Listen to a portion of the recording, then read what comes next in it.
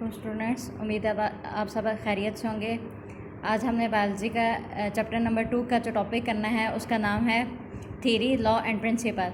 सो हमने देखना है कि थ्योरी क्या होती है, लॉ क्या होता है, प्रिंसिपल क्या होता है। सबसे पहले हम अगर थ्योरी को डिफ़ाइन करें तो इंग्लिश में मैं डिफ़ाइन करूँ, when a hypothesis is given a repeated exposure to experimentation and is not falsified, it increases biologists' confidence in hypothesis. Such well-supported hypotheses may be used as the basis for formulating further hypotheses, which are again proved by experimental results.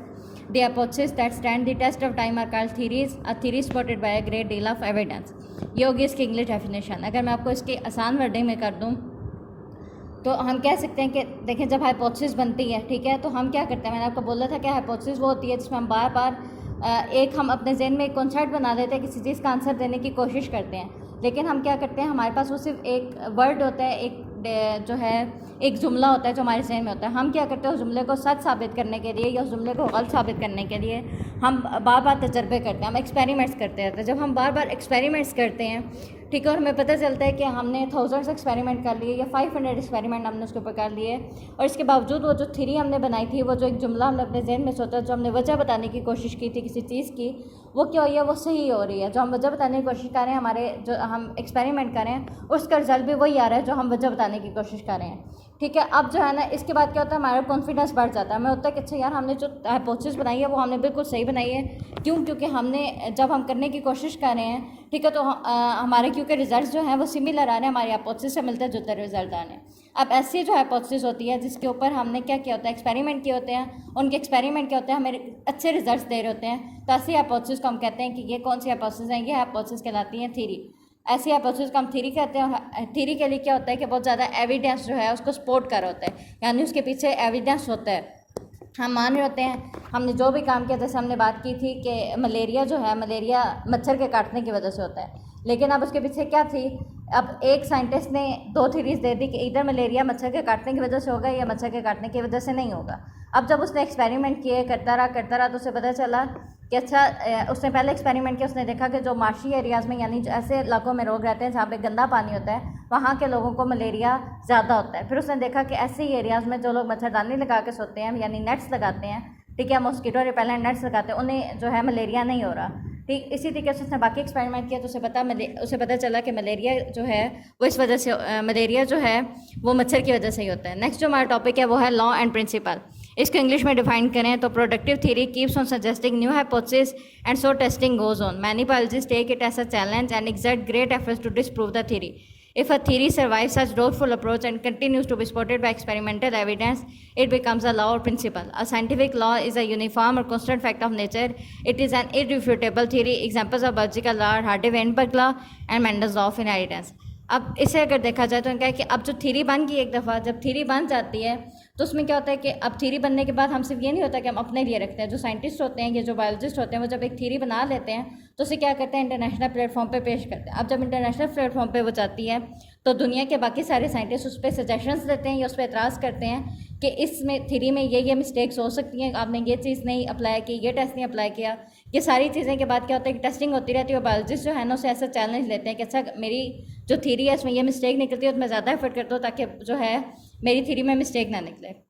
अब जब ऐसी theory होती है जिसके ऊपर दोबारा test किए जाते हैं और बार बार टेस्ट किए जाते हैं, ठीक है, और फिर भी जो रिजल्ट हैं वो सही आते हैं, उसी थ्योरी के हक में आते हैं, तो ऐसी थ्योरी को लॉ या प्रिंसिपल बोला जाता है। और जो लॉ होता है वो कभी भी चेंज नहीं होता, ये कांस्टेंट फैक्ट होता है। कभी भी लॉ जो है वो यूनिफॉर्म और कांस्टेंट फैक्ट होता है। फॉर एग्जांपल, जैसे लॉ है कि पानी ऊपर से नीचे आता है, नीचे से ऊपर पानी को जाने के लिए हमेशा वर्क या पावर चाहिए होगी, कोई एनर्जी चाहिए होगी, तो ये यूनिवर्सल लॉ, इस लॉ में कोई चेंज नहीं हो सकता। इसी तरीके से इट इज़ एन इररिफ्यूटेबल थ्योरी, इसे रिफ्यूज़ नहीं किया जा सकता। क्यों? क्योंकि इसके ऊपर जो एक्सपेरिमेंट्स होते हैं वो सारे के सारे इसके ऊपर बार बार हुए होते हैं। अब इसकी एग्जांपल्स अगर देखी जाएँ तो हार्डे-वेनबर्ग लॉ है और मेंडल लॉ है। हार्डे और वेनबर्ग जो हैं ये 2 अलग-अलग साइंटिस्ट हैं जिन्होंने अलग-अलग एवोल्यूशन पे काम किया था। इन्होंने एवोल्यूशन की बात की थी कि एवोल्यूशन एग्जिस्ट करती है।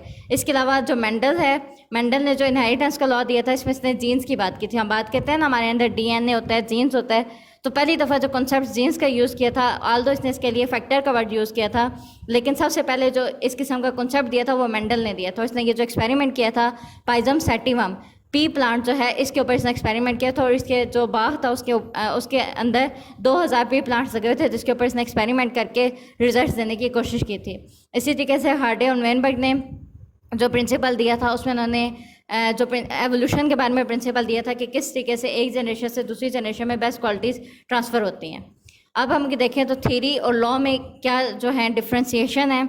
तो थ्योरी के जो है वो क्या करती है, थ्योरी हमें बताती है कि क्यों कोई नेचुरल फिनोमेना अकर हो रहा है, यानी हमारे इर्द गिर्द किस वजह से कोई चीज़ अकर हो रही है, जैसे मलेरिया किस वजह से हो रहा है, ये किस चीज़ में बताया जाता है, थ्योरी में बताया जाता है। लॉ क्या करता है, लॉ बताता है कि जितनी भी ऑब्जर्वेशंस हैं नेचुरल फिनोमेना के बारे में वो लॉ बन जाती हैं। ठीक है, जैसे मलेरिया के बारे में थ्योरी थी मलेरिया मच्छर की वजह से अकर हो रहा है, लॉ इस बात का सबूत देगा कि मच्छर की वजह से ही मलेरिया हो रहा है। ठीक है, अब दोनों में जो कॉमन बात है वो क्या है, दोनों जो है हाइपोथेसिस पे बेस करते हैं। ठीक है, दोनों की जो बुनियाद है, दोनों की जो बेस है वो क्या है, हाइपोथेसिस, और दोनों से क्या किया जा सकता है, दोनों से ही प्रिडिक्शंस की जा सकती हैं। दोनों से क्या किया जा सकता है, प्रिडिक्शंस, यानी हम बता सकते हैं कि आगे आने वाले वक्त में क्या होगा। अब फॉर एग्जांपल थ्योरी और लॉ बन गया, उसमें दोनों में कहा गया कि जो मलेरिया है वो एक मॉस्किटो के बाइट की वजह से हो रहा है। तो इसके लिए आप जो है प्रिडिक्शंस क्या होंगी, मेडिकेशंस के लिए जो प्रिडिक्शन होंगी वो इजी हो जाएंगी करना, कि हम क्या करें, मॉस्किटो जो है रिपेलेंट का यूज़ करेंगे, एक प्रिकॉशन होगी, और बीमारी को ख़त्म करने के लिए हम कोई एंटीबायोटिक वगैरह यूज़ करें। सो नेक्स्ट जो टॉपिक है वो है फीमेल मॉस्किटो। एक इंटरेस्टिंग फैक्ट बता दें, आपको पता है कि जो ह्यूमन को बाइट करता है वो मेल मॉस्किटो नहीं करता, फीमेल मॉस्किटो बाइट करती है। और जब फीमेल मॉस्किटो बाइट करती है, ठीक है, जब वो हमारी स्किन को अपने माउथ पार्ट से बाइट करती है तो वो क्या करती है, अपने जो सलाइवा है उसकी स्मॉल अमाउंट हमारे जो ज़ख़म है उसमें डाल देती है ब्लड निकालने से पहले। उसकी वजह क्या होती है, उसकी वजह से क्या होता है कि हमारे जो उसका जो सलाइवा है वो हमारे ब्लड को उसके फूड के नाल में क्लॉट होने से यानी जमने से बचाता है। हमारा जो ब्लड है इसके अंदर नेचुरल प्रोटीन्स पाए जाते हैं, फाइब्रिनोजेनस प्रोटीन को बोला जाता है। वो क्या करता है, वो हमारे ब्लड को क्लॉट करने में हेल्प करता है, इसी वजह से हमारे जख्म जल्दी भर जाते हैं।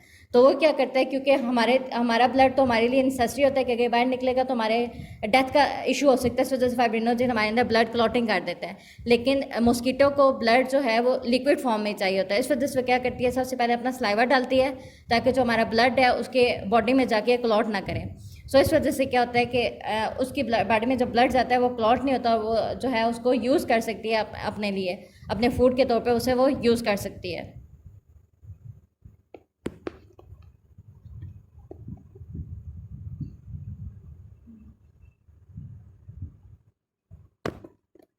सो अब हम इस चैप्टर को अगर कंक्लूड करें तो सबसे पहले अगर बायोलॉजिकल प्रॉब्लम हमारे चैप्टर में देखी जाए तो बायोलॉजिकल प्रॉब्लम, अगर हमारे पास एक बायोलॉजिकल प्रॉब्लम आती है, सबसे पहले हमने क्या करना है, उसके लिए सबसे पहले हमने ऑब्जर्वेशंस करनी है। अब ऑब्जर्वेशन करने के लिए हम क्या करेंगे, हमने अपनी सारी जो सेंसेस हैं वो हमने लगानी है, हमारी 5 सेंसेस हमने लगानी है उस ऑब्जर्वेशन के लिए। और इसके अलावा हमने क्या करना है, अपना ब्रेन यूज़ करना है। लेकिन हमने क्या करना है कि ब्रेन यूज़ सिर्फ इसलिए करना है कि फोकस करने के लिए, कि हमारे ब्रेन किसी और चीज़ की तरफ ना देखे, लेकिन हमने सिर्फ ऑब्जर्व करना है, किसी चीज़ को एक्सप्लेन करने की कोशिश नहीं करनी। सेकंड जो थिंक है, ऑब्जर्वेशन के बाद जो हमने करना है वो हमने हाइपोथेसिस बनाना है। हमने क्या करना है, अपने दिमाग में एक कोई आंसर सोचना है जो कि एक किसी भी प्रॉब्लम के लिए एक वजह सोचनी है जो एक सेंस बनाती हो, जिस वजह के पीछे कोई लॉजिक हो, हमने वो वजह सोचनी है। तो वो क्या हो गई, हाइपोथेसिस हो गई। डिडक्शन, अब हमने क्या करना है, डिडक्शन में हमने ये किया कि हमने वजह बनाई है तो हमने नतीजा निकालने की कोशिश नहीं करनी। हमने क्या करना है कि हमने करना है कि इफ़ और देन, कि अगर ऐसा हुआ तो फिर तो ये होना चाहिए, अगर ऐसा ना हुआ फिर तो ये नहीं होना चाहिए। तो इस किस्म के जो आंसर्स हैं, इफ़ और देन का वर्ड्स का इस्तेमाल हमें बार बार करना चाहिए। डिडक्शन के बाद हम 2 काम करते हैं, एक हम बनाते हैं एक्सपेरिमेंटल ग्रुप और एक हम बनाते हैं कंट्रोल ग्रुप। एक्सपेरिमेंटल ग्रुप वो होता है जिसके ऊपर हम करेंगे एक्सपेरिमेंट्स, ठीक, यानी जिसके ऊपर हम कंडीशंस चेंज करते रहेंगे। कंट्रोल ग्रुप वो होगा जो अपनी नेचुरल कंडीशन में रहेगा, जिसके ऊपर जैसे वो आम ज़िंदगी में रहता है वैसे रहेगा, उसके ऊपर कोई तजर्बा नहीं किया जाएगा। लेकिन एक्सपेरिमेंटल ग्रुप में हम क्या करेंगे, हम तजर्बा करेंगे और उस ग्रुप को हम अपनी मर्ज़ी से लेकर चलेंगे। ये दोनों ग्रुप्स बनाने के बाद हम क्या करेंगे, हम एक्सपेरिमेंट्स करेंगे। उन दोनों ग्रुप्स में से एक्सपेरिमेंटल ग्रुप जो है उसके ऊपर हम एक्सपेरिमेंट करेंगे। अब एक्सपेरिमेंट जब हम करेंगे तो हमने उसमें 2 काम करने हैं, एक हमने करना है डेटा ऑर्गेनाइजेशन और दूसरा हमने करना है डेटा एनालिसिस। अब जब हम डेटा ऑर्गेनाइजेशन करेंगे तो डेटा ऑर्गेनाइजेशन में हमने जो है वो क्या होता है कि हमने जितना भी फॉर एग्जांपल 1000 हमने एक्सपेरिमेंट किए, 2000 किए, 500 किए, जितने भी एक्सपेरिमेंट किए उनका हमने क्या करना है, ऑर्गेनाइज़ करना है कि हमारा फर्स्ट एक्सपेरिमेंट का ये रिजल्ट था, सेकंड का ये रिजल्ट था, थर्ड का ये रिजल्ट था। बाकायदा डेटा शीट्स होती हैं जिनमें क्या किया जाता है, इन्हें ऑर्गेनाइज़ किया जाता है। अब डेटा एनालिसिस क्या है, वो सारा डेटा ऑर्गेनाइज हुआ वो हमारे पास पड़ा है, तो तो हम क्या करेंगे, उसका एनालिसिस ले लेंगे, हम सारे रिजल्ट्स देखेंगे और देखेंगे कि इसका क्या नतीजा निकल है।